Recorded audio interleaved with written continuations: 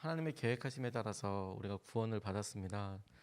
우리가 어렵고 힘든 여러 시기들을 통과했거나 혹은 우리가 믿음의 가정에서 태어났거나 아무런 염려 없이 걱정 없이 살다가도 갑자기 나타난 사건을 통해서 만날 수도 있고 평안한 삶을 통해서 그것 자체로도 주님의 은혜를 경험할 수 있고 우리에게 허락된 구원의 한 길은 오직 딱 하나 한 길밖에 없습니다. 예수님이시죠. 예수 그리스도밖에 없습니다.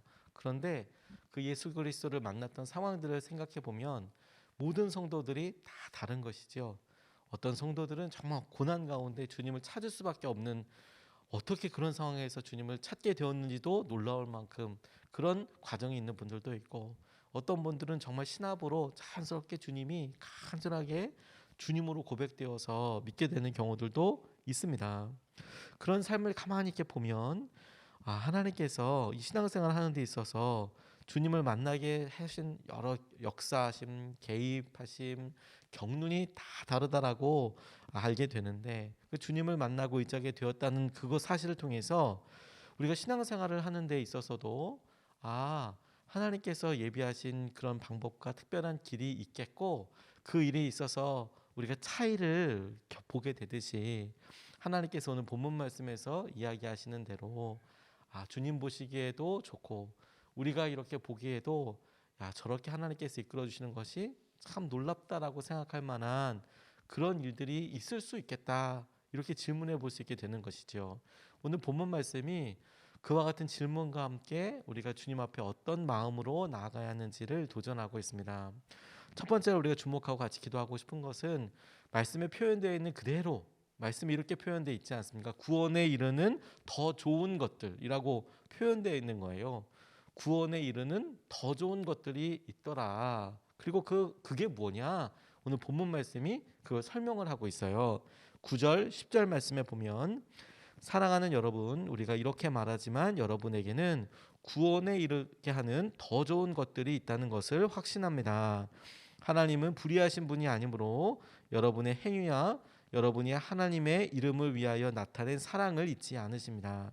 여러분은 성도들을 섬겼으며 또 지금도 섬기고 있습니다. 라고 구원에 이르게 하는 더 좋은 것들을 이야기하며 덧붙여서 야고보가 말하고 있는 것을 보게 됩니다. 그가 확신하고 있는 것 중에 하나가 뭐냐면 구원에 이르게 하는 더 좋은 것들이 있더라. 그것이 야고보서를 읽고 있는 사람들에게서 발견될 수 있게 되더라. 그것을 주목하면서 그게 뭐냐?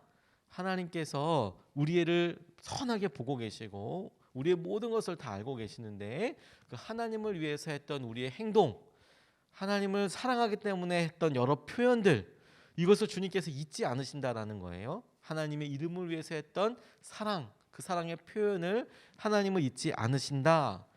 그 모든 행동들을 이 구절에서 나오는 한 단어로 이야기한다면 섬김이라고 이야기할 수 있습니다.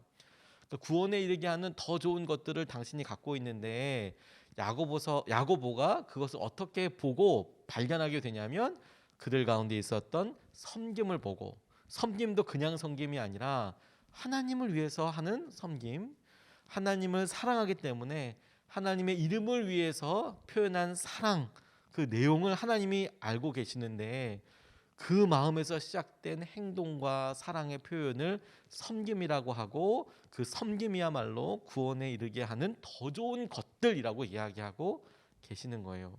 놀랍지 않습니까? 왜냐하면 왜 이것이 우리에게 의미 있고 놀랍냐면 우리는 보통 섬김이 다른 사람들에게 우리가 하는 것이라고 생각을 하고 실제 내용도 그렇고 다른 사람들에게 우리가 조금 더 갖고 있거나 혹은 우리가 할 수 있거나 우리에게 달란트가 있는 것으로 그 사람들에게 무언가 더 해주는 것이라고만 생각하는데 하나님은 우리에게 말씀을 통해서 이렇게 말씀하시는 거예요. 그렇게 섬길 수 있는 것이 우리와 만나서 우리의 섬김의 대상이 되는 것에 분에게 해당되는 것뿐만 아니라 우리 자신에게 구원을 누리고 구원에 이르게 되는 더 좋은 방법이다라고 말씀하고 계시니까요.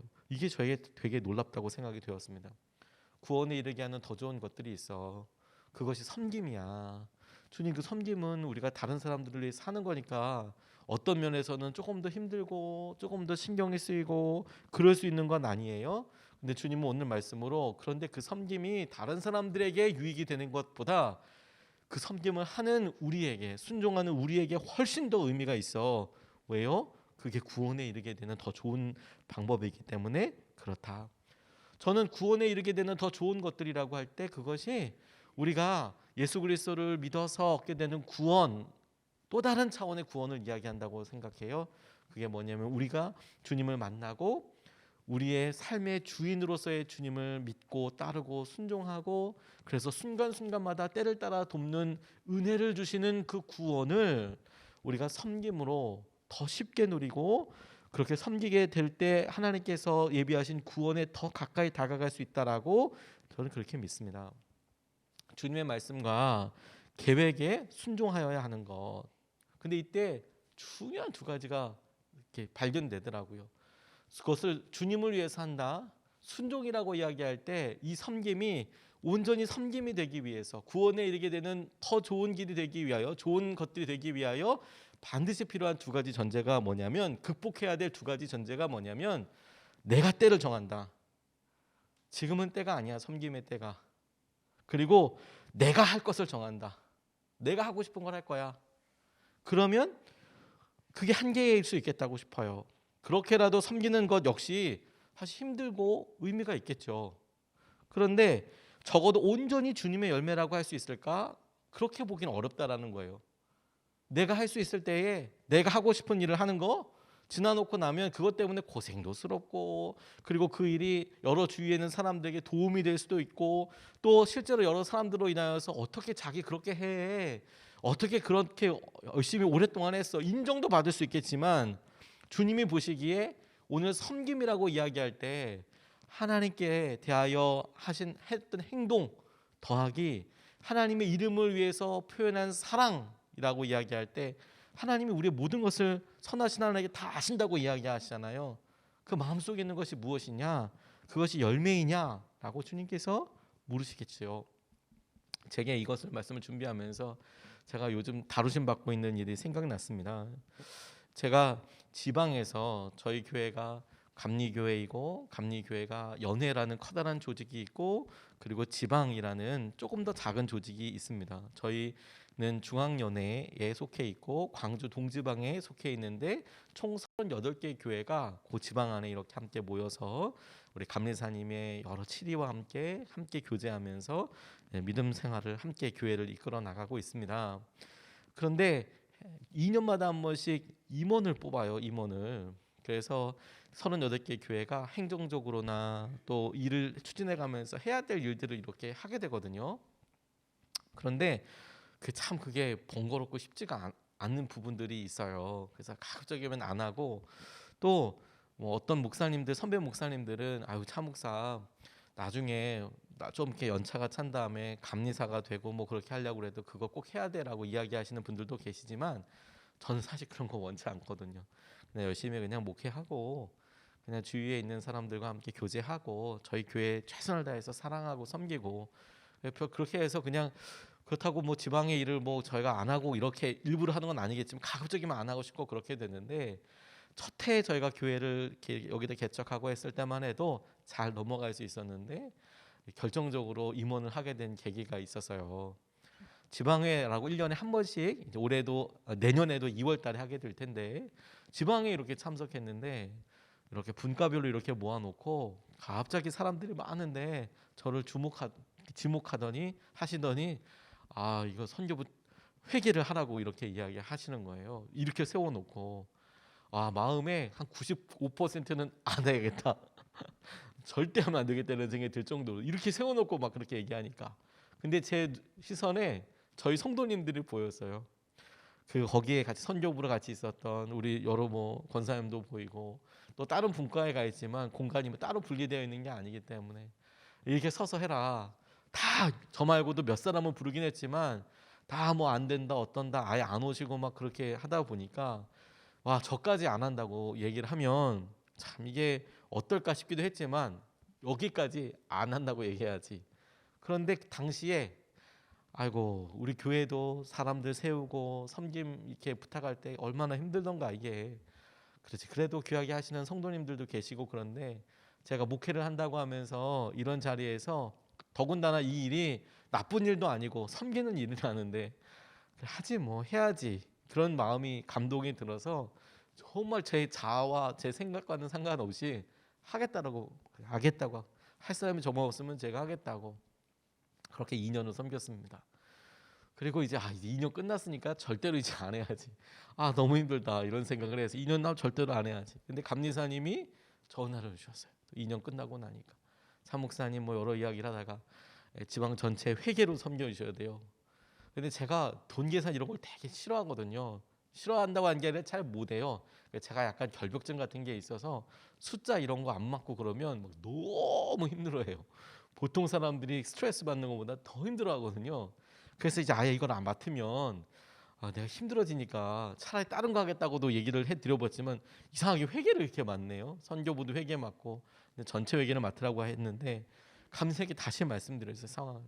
제가 이걸 할 수 있는 상황도 아닌 듯 싶고 제가 회계는 너무 힘들고 그러니까 아주 간곡히 말씀을 드렸는데 뭐 거의 우격다짐처럼 전화를 하셔서 할 수 있는 사람이 없다고 목사님 하시라고 그리고 이제 전화를 그냥 딱 그렇게 해버리시더라고요. 도저히 그 상황에서 다시 전화해서 감사님 절대 못하겠습니다라고 말을 못하겠더라고요. 그렇게 시작됐습니다. 그렇게 올해 초에 그래서 광주 동지방 회계를 하라 하셔서 정중히 다루게 하시면 좋겠다고 말씀을 드렸는데 거의 뭐 막무가내로 그냥 맡게 됐어요.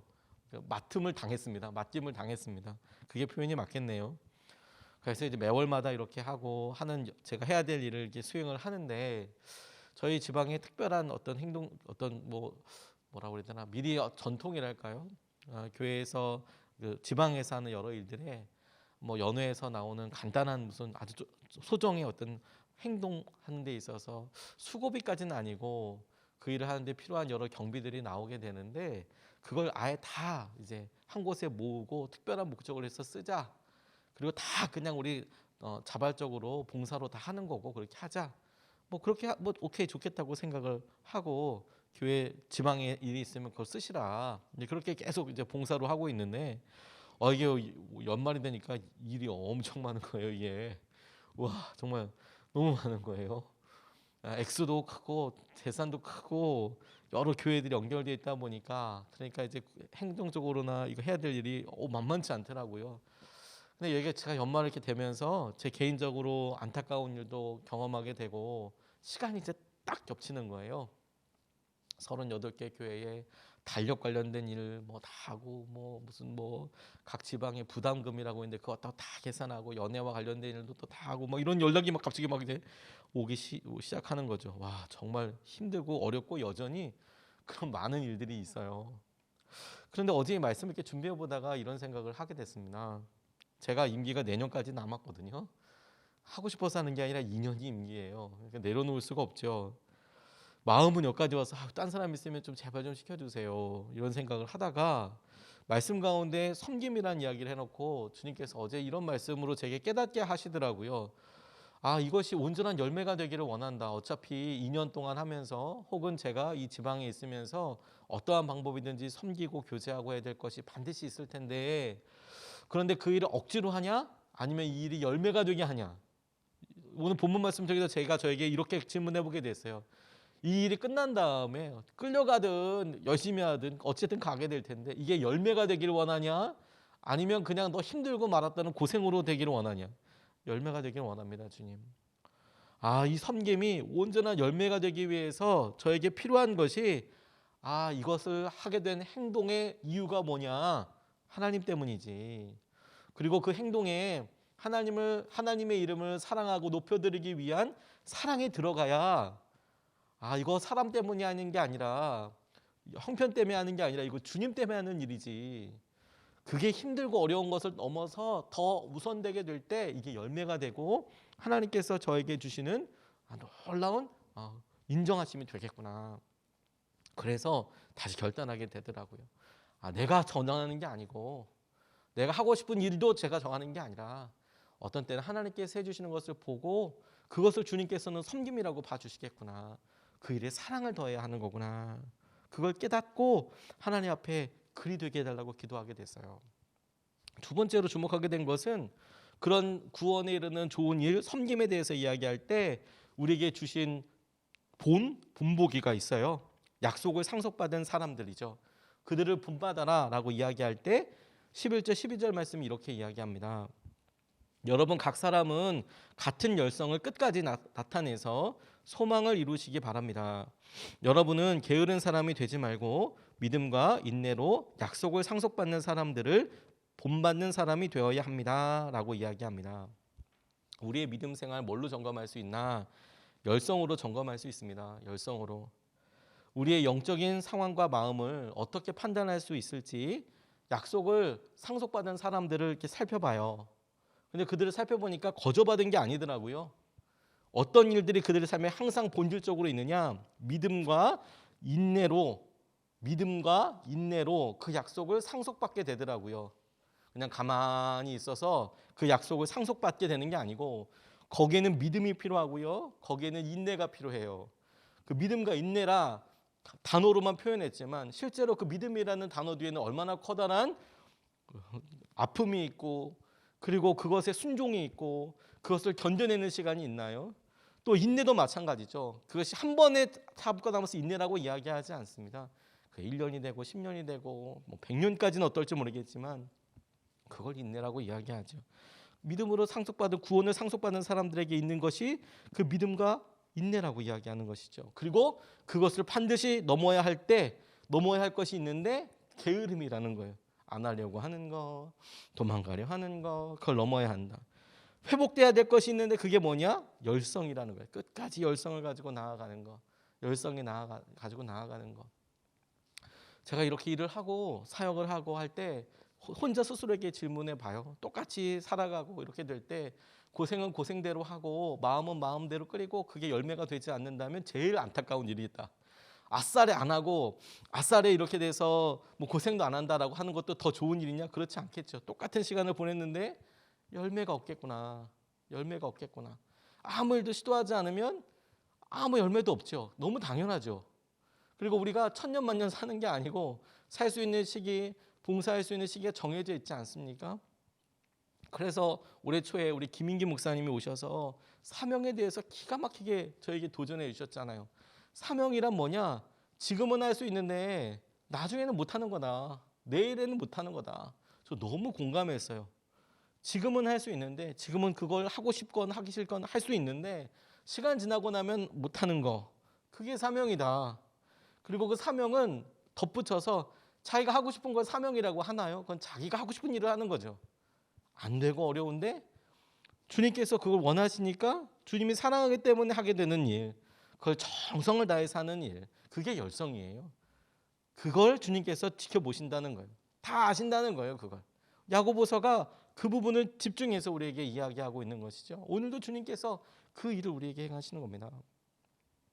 하영록 목사님이 P31이라는 책에 본인이 어떻게 믿음 생활을 했는지를 이렇게 설명을 했는데 P31 자체에 나오는 간증도 놀랍지만 그 책을 보고 하영록 목사님을 아는 분이 하영록 목사님이 했던 일에 대해서 이렇게 간증을 하는 내용도 너무너무 좋더라고요. P31에 나와 있는 내용을 어느 목사님이 이렇게 보시고 하영록 목사님을 보시고 내 인생 여기에 끝나지 않았다는 책 중에서 이렇게 인용을 하면서 덧붙여서 이야기하시더라고요. 미국의 어느 제약회사에 공사 입찰을 넣었는데 그 입찰에서 떨어졌대요. 왜냐하면 본인들 회사는 한 두세 명 정도, 그때 당시에는 신생 기업이었는데 같이 입찰 놓고 함께 경쟁했던 그런 회사는 200명이 넘는 규모의 대기업이죠. 그 정도면 입찰을 붙었는데 압도적인 규모 차이에서 입찰에서 탈락이 된 거예요. 그냥 조금의 차이가 아니라 압도적인 차이에서 두세 명 있는 그런 회사와 200명이 넘는 대기업 회사와 뭐 여러 가지 조건이 달랐겠죠. 뭐 가격부터 시작해서 뭐 아무튼 신뢰도나 이런 게 뭐 달랐을 거라고 딱 느껴지지 않습니까? 근데 이 하영록 목사님이 타이밍을 놓쳤다라는 생각이 들어서 크게 상심도 하게 됐고, 보통 이렇게 되면 자기가 떨어뜨리게 된 그 회사를 막 비난하게 되고 거래를 끝내게 되는 마련이라는 거예요. 이거 우리 안 뽑아줬냐, 뭐 돈 받은 거 아니냐, 뭐 이렇게 얘기하면서 할 수도 있잖아요. 근데 이분이 잠언 31장 말씀을 기업의 모터로 삼고 있는데 사랑해야 할 대상이 누구인지를 생각해냈다는 거예요. 다만 탈락시키고 다른 회사로 거래처를 택한 그 제약 회사, 그 사람들을 사랑해야 하는 거구나. 주님께서 맡겨주시고 만나게 하신 사람이니까. 그래서 편지 썼대요. 국장님께. 제게 공사 면접을 볼 수 있게 해주셔서 감사드립니다. 귀사가 선택한 회사는 제가 전에 근무했던 곳이라 잘합니다. 아마도 당신이 기대한 만큼 이번 공사를 잘 해낼 것입니다. 그렇게 큰 회사와 경쟁할 수 있는 기회를 주신 것에 감사드립니다. 왜? 그 대상을 사랑하라 하신 잠언 31장 말씀에 아멘. 그리고 그 사람들 사랑하는 마음으로 너무 잘하신 선택이라고, 그 회사가 잘할 거라고 그렇게 감사 편지를 보냈대요. 보통은 떨어졌으니까 아유 여기 뭐 다시 뭐 하나보다 이렇게 마음에 섭섭함도 있고 막 그럴 텐데, 그게 아니라 이 감동적인 편지를 받고 뭐 답장이 온 것도 아니고 그렇게 시간이 지났답니다. 근데 시간이 지나고 1년이 지났을 때 어느 날 그 제약회사에서 연락이 왔대요. 입찰이나 사전 미팅 없이 바로 이 팀 하스팀에 새 공사권을 맡기고 싶다고. 맡기고 싶다고. 그걸 기억해뒀다가 그 회사에 맡기고 싶다고. 이렇게 이제 답을 주어서 오히려 더 하나님께서 하시는 은혜와 마음을 계획하심을 보게 되었다. 하나님은 열성을 기억하고 계십니다. 열심을 기억하고 계십니다. 참 열심과 열정이 가만히 있게 봐도 차이가 날 때도 있지만 차이 나지 않고 그냥 계속 사람들 사이에 똑같아 보일 때가 많죠. 근데 주님이 앞서서 오늘 본문 말씀에 다 아신다면서요. 다 아신다면서요. 하나님은 불의한 분이 아니시라면서요. 그래서 불의한 분이 아니시기 때문에 우리의 모든 것을 다 아신다면서요. 그렇다면 오늘 하루를 하나님께서 보시기에 야, 너 진짜 아름다운 열매를 맺었구나, 이렇게 살 것이냐, 아니면 오늘 하루 우리 스스로도 보면서 뭘 했던가, 마음속에 분주함과 후회와 미움과 용서하지 못함과 여전히 이런 것들로 보면서 열매라 할 수 없는 것들, 혹은 나의 열매, 내 것이라 할 수 있는 것들만 남기기 위해서 아둥바둥하다가 주님 보시기에는 그건 뭐냐, 그거 아무것도 아니다 라고 이야기할 것을 허망하게 붙잡고 살 것이냐, 오늘 주님을 온전히 의지하고 선택하는 날이 되기를 원합니다. 두 가지 말씀을 같이 나눴어요. 구원에 이르는 더 좋은 것들이라고 야고보가 설명하고 있는 것은 섬김이더라, 행동과 사랑이더라, 하나님의 이름을 사랑하는 것에서부터 나오는 사랑이더라. 두 번째, 약속을 상속받는 사람들을 본받으려면 인내와 믿음을 보게 되는데 그것이 열성에서부터 시작이 되더라. 이것을 붙잡고 두 번 나눠서 기도하겠습니다. 첫 번째, 섬김으로 구원의 은혜를 누리게 하소서라고 기도하겠습니다. 주님, 우리가 섬김을 섬기되, 그런데 이것이 하나님의 사랑, 하나님을 향한 사랑에서부터 오는 그런 열매가 되기를 원합니다.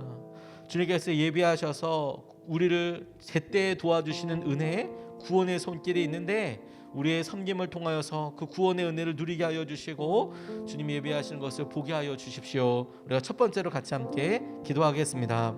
아버지 하나님,